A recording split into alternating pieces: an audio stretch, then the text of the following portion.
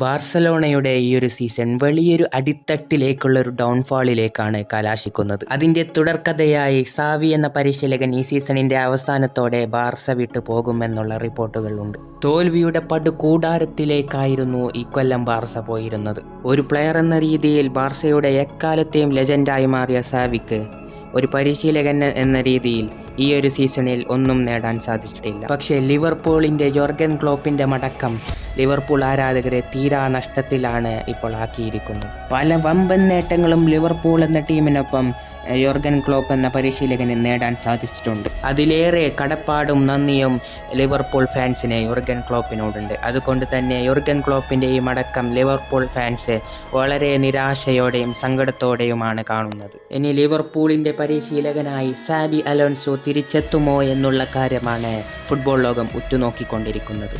നിങ്ങളുടെ അഭിപ്രായങ്ങൾ കമൻ്റായി രേഖപ്പെടുത്തുക.